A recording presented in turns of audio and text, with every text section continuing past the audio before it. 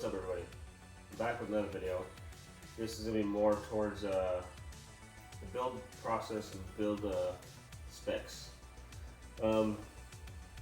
Just started raining outside. It's kind of been off and on, I guess, or on and off, however you say it.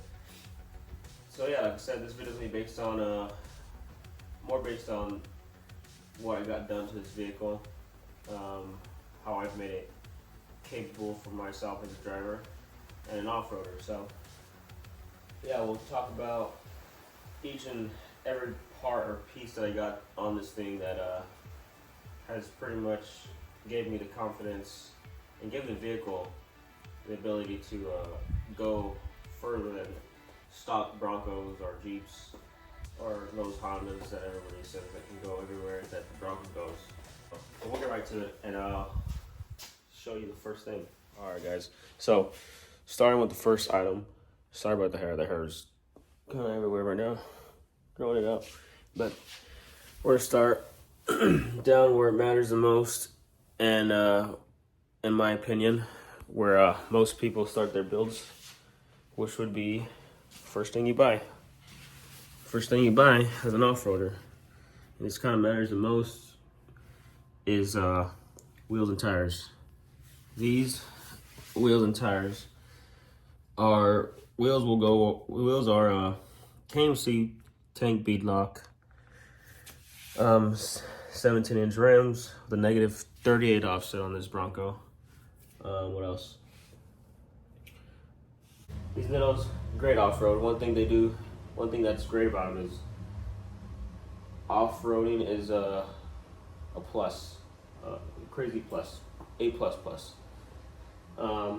When it comes to rocks, mud, pretty much wherever on the trail, if you're going off the road, these are the tires to get you where you need to go. So much grip. I guess we can talk about the cons. So pros is they're very, very great off-road tires. Cons is it fits your daily driver, and you want a quiet tire. KM3s, I think, are your best route. They have that quietness and they have that extreme terrain capability. These are definitely extreme, very extreme capabilities, but road noise, and especially in this vehicle with a soft top, you're gonna hear it. So, other than that, great tire. I wouldn't replace it. Yeah, I wouldn't replace it for anything else at this point, other than maybe if this vehicle turns into a strictly off-road rig. But this is my daily driver, so I can't turn this thing into something that just sees the trail every day. Yeah, so there's there. So yeah, record rims, awesome, easy to clean up. I recommend them. But we'll move on to the next thing, which is probably going to be suspension. Maybe diff covers, but we'll do suspension and diff covers next, and I'll show you guys kind of what I got next, and we'll do maybe interior. I don't got much, but we'll see. So let's do that. We're gonna go for skids. This vehicle isn't that equipped with a bunch of skids other than the factory stuff, but for aftermarket, I only have the diff skid, brought to you by Amazon. I believe I got it off of Hook Road for the Bronco. He has Jeep stuff there.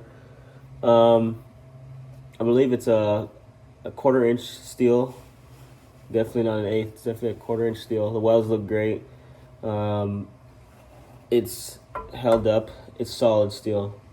Cool thing about it is it has drain holes right here. So if you get mud, rocks, dirt, water, it's not gonna rust. You know, and rusting honestly is not an issue for me. Surface rust isn't an issue. There's more problems than that.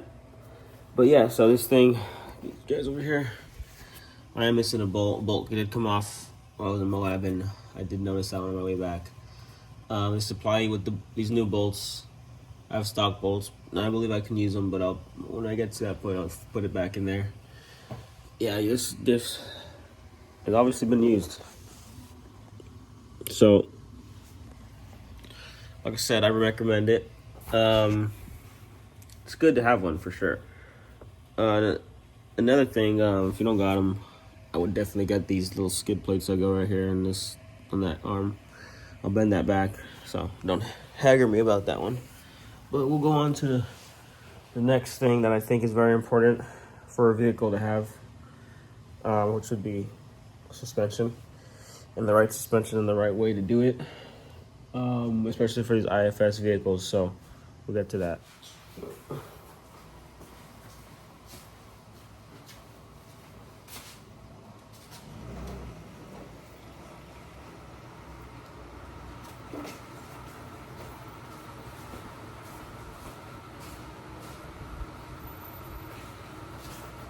Didn't see you guys there. Next thing up was suspension. Let's get right to that and talk about the right suspension to have on a vehicle. And if anything, you know, you can go with whatever setup you want, but if you want to do some stuff and not break on the trail, then I would suggest you go for a coilover suspension, which will cost you definitely more, and obviously is more expensive. But enough talking about that. We're gonna get to what it is that I recommend, and you know, I've never had a problem with going the right direction, I guess you'd say. Like I said, you don't gotta go for this brand I'm going for, but a full coilover setup is recommended. You know, you can have fun, you can party with some spacers and whatnot, but you know, when it comes down to the right parts and, you know, having the right stuff, these Kings do the job. They are on a spherical joint or ball joint. Spherical joint, it's actually a metal spherical joint. It's not a ball joint. No rubber bushings, which gives the vehicle more articulating from pivoting on that spherical ball from this part to the top. There's two of them, top and bottom, so you got more articulation off the bat from that. A lot of people think you get more travel out of a coilover or anything else. No, the answer is no, you don't. You don't get more travel. You do get you might notice that the coilover is possibly taller than another one, the stock shock, which is how they get their lift. So doesn't mean you're getting, you know, that actual down travel from the shock. Okay, so I'm running the Kings. Most of you do know. Here's a part number, in case any of you want it. Some people have reached out. I know King has done some other previous shocks, coilovers have a different spring rate, and they utilize two springs, a dual rate spring, I believe. Well, this is a dual rate spring, but they have two springs on top. So this is the setup. I recommend it. They got other brands like Fox. You got King, Fox, Icon, and so on and so on. I wouldn't really go for a 2-inch spacer lift unless you're kind of like going the the route where you just don't off-road. 2-inch spacer lift is probably the most you can go. It isn't the right way regardless, but if you want the look of a lifted vehicle, then yeah, I guess if that's what you're going for, then go for it. 2-inch spacer lifts on a vehicle before, so not saying don't do it, just saying this vehicle is my long-term vehicle at this point, and I don't want to sacrifice any or jeopardize any other parts because of a cheaper route. But go for it. You can still have fun in them. Just know the risks of 2-inch spacer lift, and especially a 6-inch lift kit. There's been a lot of and myself too. I ran one where I had a Ranger. I would run it again if I was off-roading. I would never do that again. But to each own. I had experience with it braking while on the trail, and I've seen others experience this issue. So, but you know, if you want that look, you went for a different look and, you know, more looks and capabilities, and go for it. On to the next topic, on the next subject. The front of the vehicle, which doesn't really have much done to it other than cheap Amazon lights that honestly suck. I only put them on there because I've had the lights apart for like 5 years already, and I wanted to change Bronco's look up a little bit, and they kind of just stayed. I wired up and they've stayed. So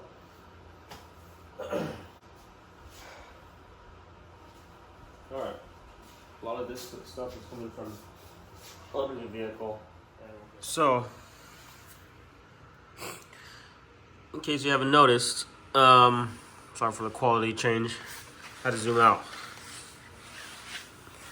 I'm running the first thing you can see here, Bronco Buster tie rod braces. I have them flipped because easier to mess with stuff, I guess, at this point. I've taken them off a couple times to get alignment done on the vehicle, and it's easier for me to access this tie rod Allen wrench instead of going through the back, like, you know, between the coilover. So yeah, that's why I have it like that. It is scratching the coilover, but I don't really care. It is what it is. To the next part, can't really tell, but this is a Bronco Buster. This is the Bronco Buster billet assembly, passenger side steering rack, whatever, you know. It's a big old piece of billet aluminum. It's supposed to strengthen this casing. It's actually a case that holds the rack. It's pretty much, it carries this rack. Think of a long stick that just goes all the way in there, and that's actually that far in. It braces it on a like a bearing, I guess you could say.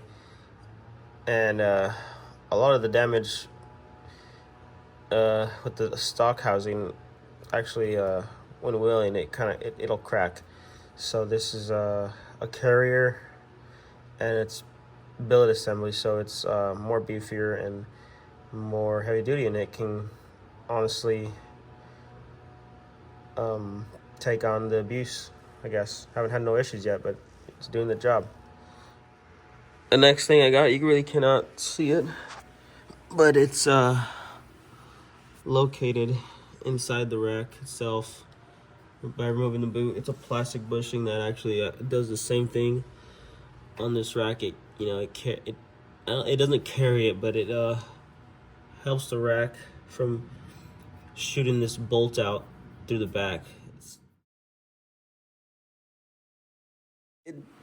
That apparently is hard, but something you gotta get before you get anything else. So, like I said, you can't see these things really, but if you're part of the Bronco community and you're interested in knowing on what it is, you kind of know what I'm talking about. Those are those cheap Amazon lights I'm talking about. And we're missing one more thing. Well, a couple more things, but we'll get to it. Also running the 4-wheel parts slider. Still on rocks. These sliders on rocks before. They hold up. I haven't seen no bending yet, so can't tell. Kind of hard to tell because of, I don't know, the light, I guess. I don't know. But here's kind of where it's all, you know, rolled up and whatnot.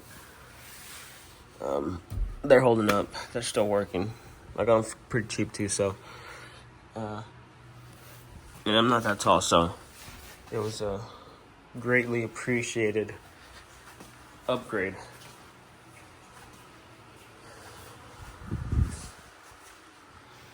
But yeah, the Bronco's sitting on a roughly 2.5 inch or so lift. And in my opinion, it's perfect. Doesn't need much, honestly.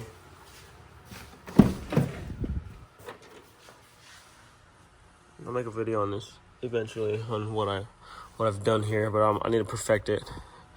So once I perfect it, it will be in the YouTube.